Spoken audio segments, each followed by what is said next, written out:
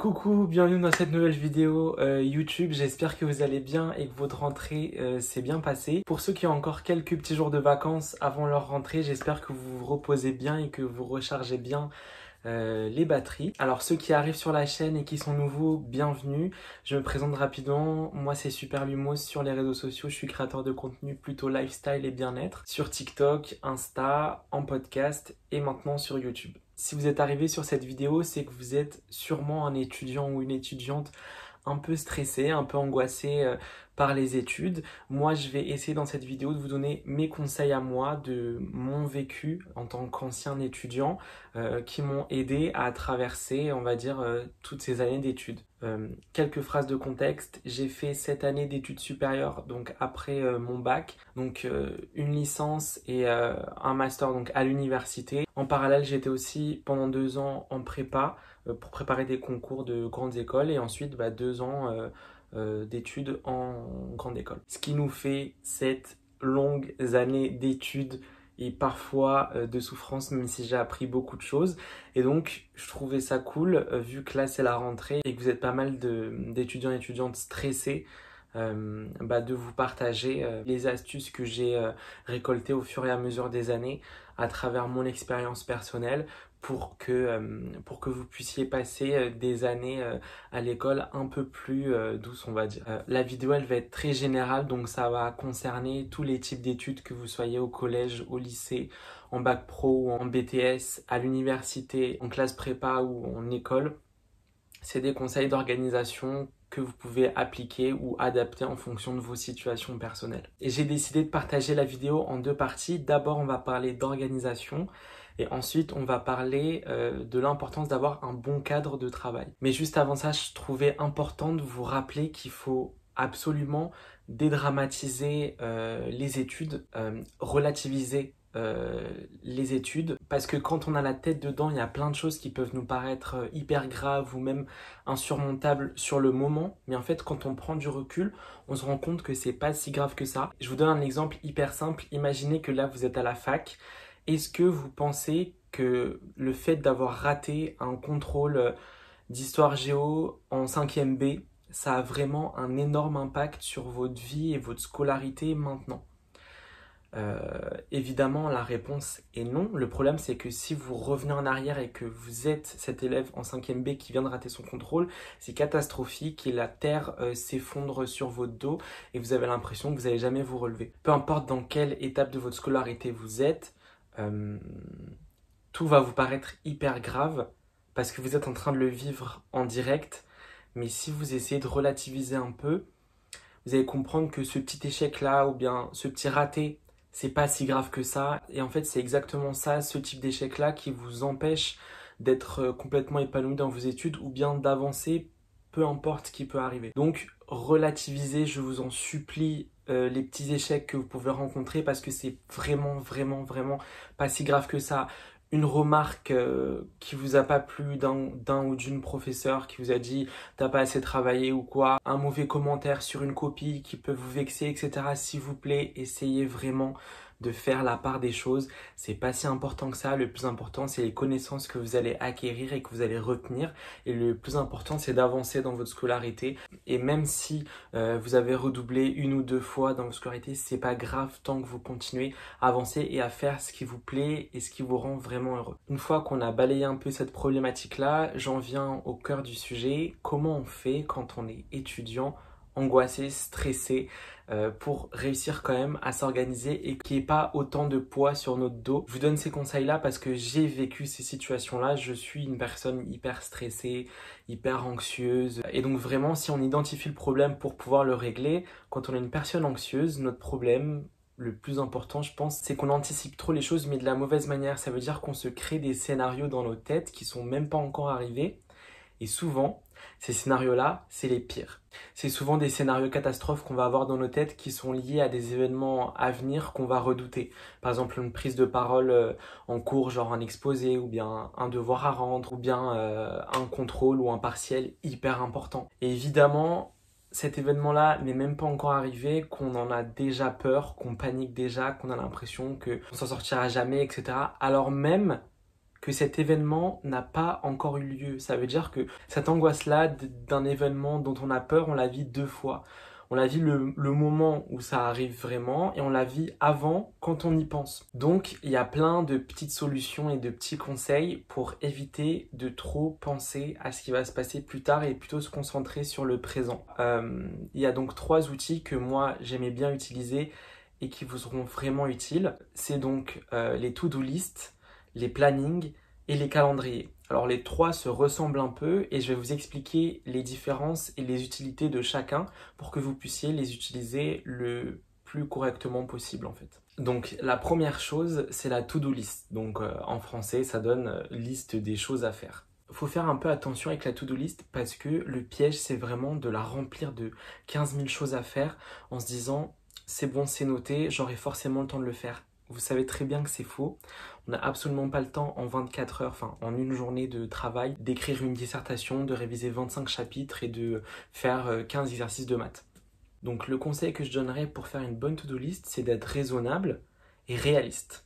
Ne mettez pas 15 000 choses, mettez seulement des choses que vous pensez avoir le temps de faire pendant la journée ou pendant la semaine en fonction de comment vous organisez votre liste. L'idée, c'est pas de vous surcharger de tâches, c'est de faire convenablement ou correctement les choses que vous aviez prévu de faire. Ça vous aide juste à ne pas oublier les choses à faire en fait. Il faut absolument éviter cette frustration de se dire mince, j'ai noté tout ça et j'ai fait que la moitié, je suis vraiment en bois à rien, etc.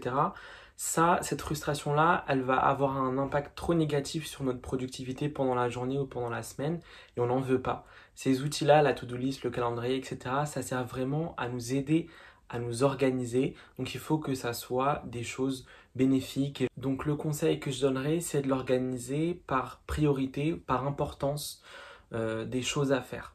Par exemple, on peut la diviser en 3 catégories. Donc d'abord urgent ou prioritaire, ensuite à faire et ensuite peut patienter. Comme ça vous frustre pas dans votre travail si la catégorie peut patienter, vous la décalez au lendemain et vous pouvez refaire une to-do list. Et si jamais les choses qui pouvaient patienter aujourd'hui sont devenues urgentes le lendemain, ben vous refaites une to-do list et les choses urgentes, ben vous les mettez dans la catégorie urgente. L'utilité d'une to-do list, c'est vraiment de faire les choses dans l'ordre et donc de vous aider à faire les tâches une après l'autre et pas tout en même temps parce que sinon on s'en sort pas. Donc une to-do list, c'est pour aider à organiser sa journée. Donc on a une visibilité à très court terme en fait et c'est normal, c'est ça son utilité. Et si on veut une vision plus globale, là on va faire un planning. C'est exactement sur ce document-là qu'il faut écrire les choses importantes qui viennent dans les jours à venir. Et là, ça dépend de votre organisation, mais vous pouvez le tenir sous différents formats. Par exemple, un planning sur une semaine, un planning sur 15 jours, ou un planning sur un mois. Ça dépend de la charge de travail que vous avez et comment vous voulez vous organiser. Il y a différents formats, mais il y a aussi différentes thématiques pour un planning. Par exemple, en période d'examen, vous pouvez faire un planning spécial qui va donc être un planning de révision. Ça, vraiment, je vous conseille mais 1000 fois de le faire. C'est hyper simple à tenir. Et je le faisais tout le temps quand j'étais, surtout à la fac, quand j'avais des périodes de partiels. Vraiment, j'étais tellement stressée parce que j'avais l'impression que j'aurais jamais assez de temps pour réviser toutes les matières. Parce que quand on est à la fac, ça dépend des filières et tout, mais on a souvent énormément de matières dans un même semestre. Moi, je me rappelle que j'avais entre 12 et 14 matières à réviser en un laps de temps finalement assez réduit et j'avais l'impression que c'était insurmontable et tout. Donc pour m'enlever un peu cette charge mentale de me dire mince, j'ai trop de choses à faire, par où commencer, je prenais un planning sur une semaine ou sur 15 jours et en fonction des jours, je notais je notais les choses que j'avais prévu de réviser. Et ça nous permet de prendre un peu de recul sur la semaine qui va arriver et se dire en fait non, si jamais j'ai réussi à réviser 2 heures cette matière-là et ensuite 1 heure celle-ci et ensuite 2 heures celle-là, il y a moyen que je puisse m'en sortir. Et à la fin de la journée, on voit ce qu'on a réussi à faire, on essaye de faire le bilan et on se rend compte avec le planning si on a réussi à tout caser ou pas. Et si jamais à la fin de la journée on se rend compte qu'on n'a pas été assez réaliste, on peut décaler des choses dans les jours d'après et donc réduire un peu la durée de révision de chaque matière et tout, mais au moins ça nous permet d'avoir au moins survoler toutes les matières et évidemment qu'il y aura des matières qu'on aura plus approfondies que d'autres ou plus révisées que d'autres. Mais ce planning-là, ça permet un peu plus d'équilibrer notre temps pour pas passer par exemple nos 4 premiers jours de révision sur une seule matière et après 1 heure par matière pour le reste. Donc voilà, ça m'a vraiment sauvé ça. Donc s'il y a un truc que je vous conseille parmi tous les conseils que je vais donner, faites-vous des plannings de révision parce que vraiment quand on est une personne angoissée, les périodes d'examen, c'est le stress fois 15 000. On peut vite perdre tous ses moyens et rater bêtement parce que juste on panique alors qu'en fait il y a des petits outils qui nous aident à canaliser un peu ce stress-là et cette angoisse-là pour que ça se passe un peu mieux. Donc faites-moi confiance sur ça. Donc le planning, ça va vous servir à vous organiser sur la durée et c'est vous qui décidez l'ordre des choses et l'importance des choses. Lundi je fais ça, mardi je fais ça, mercredi je fais ça. Alors qu'un calendrier, c'est pas dépendant de vos choix personnels, c'est dépendant, enfin c'est chronologique, donc c'est en fonction des dates. Donc le calendrier n'est pas du tout à confondre avec le planning, il se complète.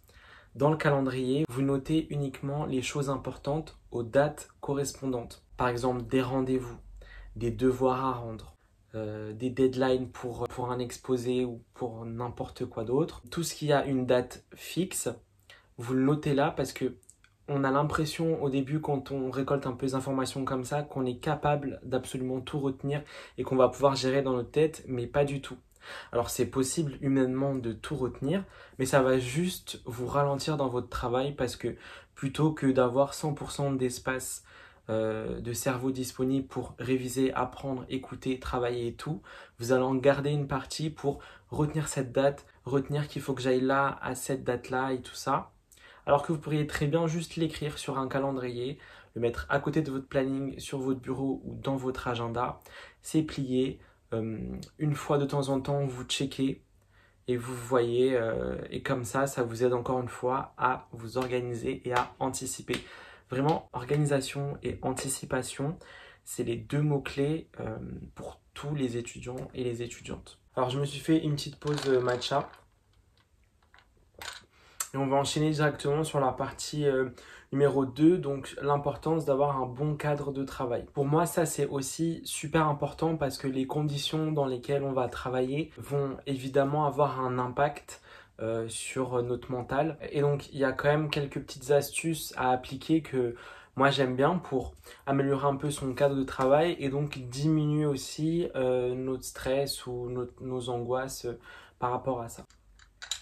La première chose hyper importante, c'est de garder son espace de travail le plus propre possible. Oui, je sais, c'est super compliqué, on est souvent dépassé parce qu'on a d'autres choses dans la tête, d'autres choses à penser que de ranger sa chambre ou son bureau quand on a plein de trucs à faire à l'école et tout. Je sais que dès le milieu du trimestre, voire même le début du trimestre, on est submergé par le travail et on a du mal à sortir la tête de l'eau. Donc évidemment que sur notre bureau, il y a 15 bouteilles d'eau vides, 3 tasses avec un fond de café qui traîne, des brouillons de partiel ou de contrôle.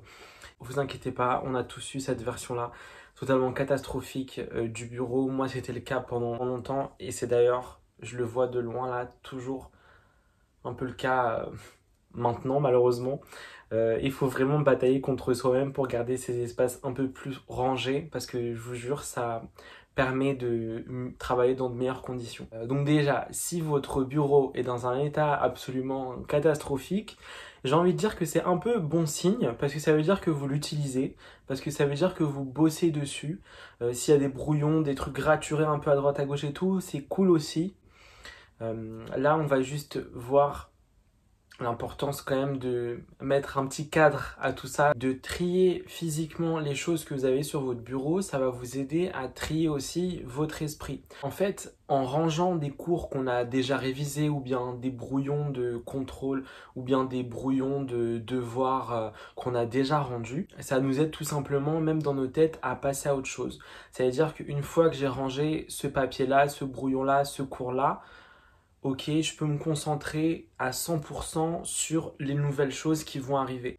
pour mettre notre énergie dedans et pas ailleurs. En fait, notre énergie, elle est hyper précieuse et quand on est étudiant, on peut vite la gâcher en la dispersant dans n'importe quoi. Donc, canaliser cette énergie-là et la concentrer uniquement dans des choses utiles et des choses qui vont arriver et pas des choses qui sont déjà passées. Ensuite, la chose que je conseille aussi, c'est les routines de travail. En fait, en mettant en place une routine de travail, on met juste en place des petites habitudes qu'on aime faire et qui vont nous rendre le travail ou les révisions un peu plus agréables ou en tout cas un peu moins pénibles, on va dire. C'est plus quelque chose qui va nous accompagner, une habitude, une routine qui va nous guider vers notre bureau pour vraiment travailler plutôt que juste de se lever et de sauter direct dessus et de pas être dans un bon mood pour apprendre des choses, etc.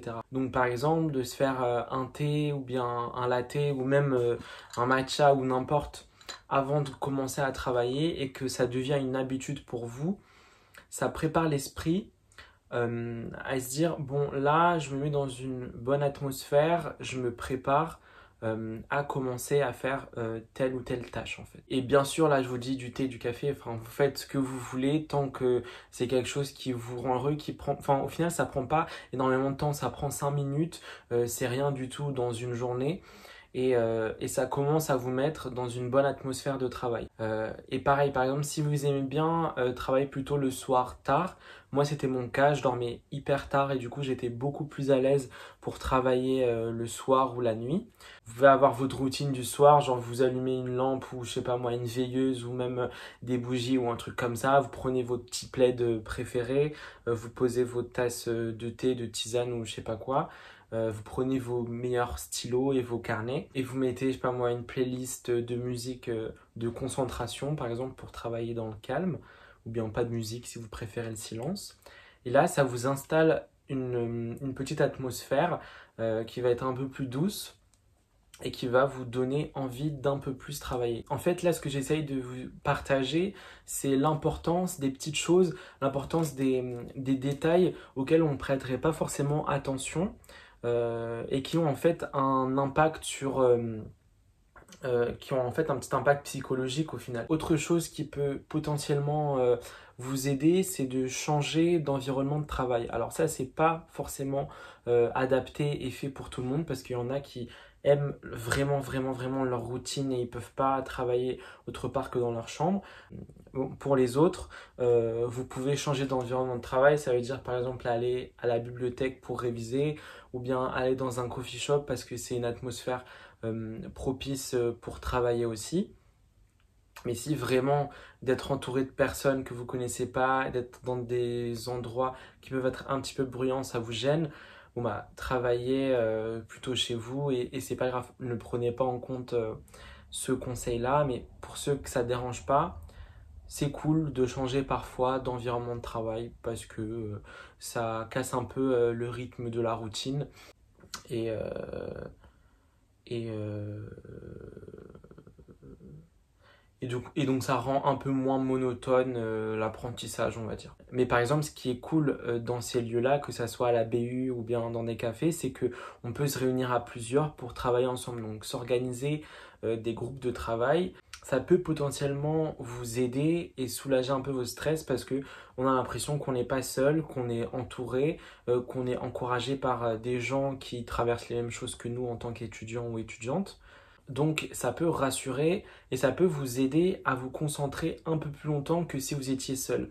Quand on est avec des gens, c'est à double tranchant. Soit c'est une émulsion collective qui du coup va nous permettre de travailler un peu plus parce qu'on voit les autres travailler, donc on travaille aussi. Ou bien ça peut complètement vous stresser de voir les autres travailler parce que vous avez l'impression que vous n'avez pas au même rythme et tout. Ça, je le comprends de ouf aussi. Et dans ces cas-là, c'est pas forcément quelque chose d'adapté pour vous et c'est absolument pas grave. Vous avez totalement le droit de travailler plutôt seul dans votre coin, de vous isoler un peu pour réviser parce que vous préférez ce calme-là. Vraiment, je vous dis, dans les études, dans la scolarité, il n'y a pas une manière de réviser, il n'y a pas une manière d'apprendre, il n'y a pas une manière de faire. C'est vraiment votre manière à vous, ce qui vous correspond le plus. Donc si vous êtes déjà à un stade avancé dans vos études, vous savez déjà à peu près ce qui vous correspond, ce que vous aimez. Mais si vous n'êtes pas encore à un stade assez avancé, vous pouvez tester des choses comme ça. Faites-le une fois ou deux, vous voyez comment vous vous adaptez, si vous êtes heureux comme ça ou pas. Et si c'est pas le cas, vous changez. C'est vraiment pas grave. Plus vous allez tester des méthodes d'apprentissage et tout, bah, plus vous avez de chances de trouver celle qui vous correspond vraiment. Et ne culpabilisez pas de ne pas faire comme le voisin et tout. Il faut absolument pas se comparer aux autres. Tous nos cerveaux sont différents, toutes nos manières d'apprendre sont différentes. Donc le pire que vous puissiez faire dans votre scolarité, c'est vraiment de vous comparer aux autres. Ce qui est le plus important, c'est que vous preniez quand même soin de votre santé mentale parce que c'est ça qui va vous faire tenir debout et c'est ça qui va vous faire aller de l'avant et continuer. Donc ne négligez vraiment pas ça. Si vous sentez que vous êtes vraiment à bout de force, que vous êtes incapable de réviser, incapable de continuer à travailler, arrêtez-vous. Faites des pauses, allez dormir, faites des siestes. Vraiment, les études, c'est absolument pas une course, enfin c'est pas un marathon, c'est pas un truc où genre la première personne arrivée elle a gagné plus que les autres. C'est vraiment sur le long terme, donc il ne faut pas que vous vous épuisiez totalement physiquement et mentalement. Il faut vraiment que vous gardiez quand même ça en tête de continuer à prendre soin de vous malgré les choses qui peuvent arriver, malgré les 15 000 contrôles, malgré les partiels un peu ratés et tout. Prenez ce temps pour vous, il est important. Donc le conseil que j'aurais à donner, c'est il faut accepter d'avoir ces moments de détente où on pense absolument pas à l'école. Et si ces moments de détente, ils n'existent pas, votre réussite, elle n'existera pas non plus. Parce que si vous travaillez alors que vous avez zéro énergie et que vous êtes vraiment sur les rotules, ça ne sera pas efficace comme révision, ça ne sera pas efficace comme apprentissage. Donc, le temps de détente et de repos, il faut savoir se l'octroyer autant que le temps de travail et de révision. Il faut trouver le bon équilibre. Pas comme ça ou comme ça, mais juste vraiment ce qui vous correspond le plus. Il y en a qui n'ont pas besoin de réviser beaucoup et qui réussissent quand même. Il y en a d'autres, au contraire, qui ont besoin de faire un peu plus d'efforts. Et c'est à vous de savoir comment ajuster les choses pour être pour être encore debout à la fin de l'année et pouvoir enchaîner encore les années d'après, vraiment. C'est le plus important. Je vous jure que votre santé, c'est le plus important. Il n'y a aucun diplôme qui pourra vous rendre une bonne santé si vous l'avez totalement gâché à travailler plus que ce que vous devriez normalement. Et la dernière chose que je voulais dire pour conclure cette vidéo et qui me paraît trop important, c'est que dans votre scolarité, vous ne pourrez jamais tout faire parfaitement. C'est impossible. C'est impossible de tout réussir à chaque fois de la meilleure des manières. Et quand on comprend ça et qu'on l'accepte aussi, on réussit à avancer un peu plus sereinement dans nos études parce que ce n'est pas les petits obstacles qui nous empêchent quand même de finir la course, on va dire. Donc vraiment, faites les choses. Même si c'est imparfait, même si c'est fait à moitié, même si c'est révisé rapidement, même si voilà, vous serez incapable de tout faire parfaitement. Évidemment qu'il y a plein de fois où vous allez vous pointer à des examens en ayant révisé pas comme ce que vous auriez aimé. Je vais vous dire un truc, c'est pas grave. Vraiment, c'est ce que je disais en début de vidéo, c'est absolument pas grave. Ce qu'il faut retenir, c'est que vous faites du mieux que vous pouvez. C'est tout. Et ça peut être largement suffisant pour réussir les choses haut la main sans que vous ressentiez trop de stress ni de culpabilité. Donc là, c'est la rentrée, vous allez commencer une nouvelle année, s'il vous plaît. On souffle, on respire, ayez confiance en vous, ça va aller, moi j'ai confiance. Tout va bien se passer, donc courage à tous les étudiants et tous les étudiantes, peu importe le cursus dans lequel vous êtes, peu importe dans le stade auquel vous êtes dans vos études, courage à vous, tenez bon, ça va aller vraiment et je suis tout cœur avec vous, ne vous inquiétez pas, voilà. Donc j'espère que la vidéo va un peu vous aider. Je vous embrasse très très fort et je vous dis à bientôt. Voilà, ciao ciao.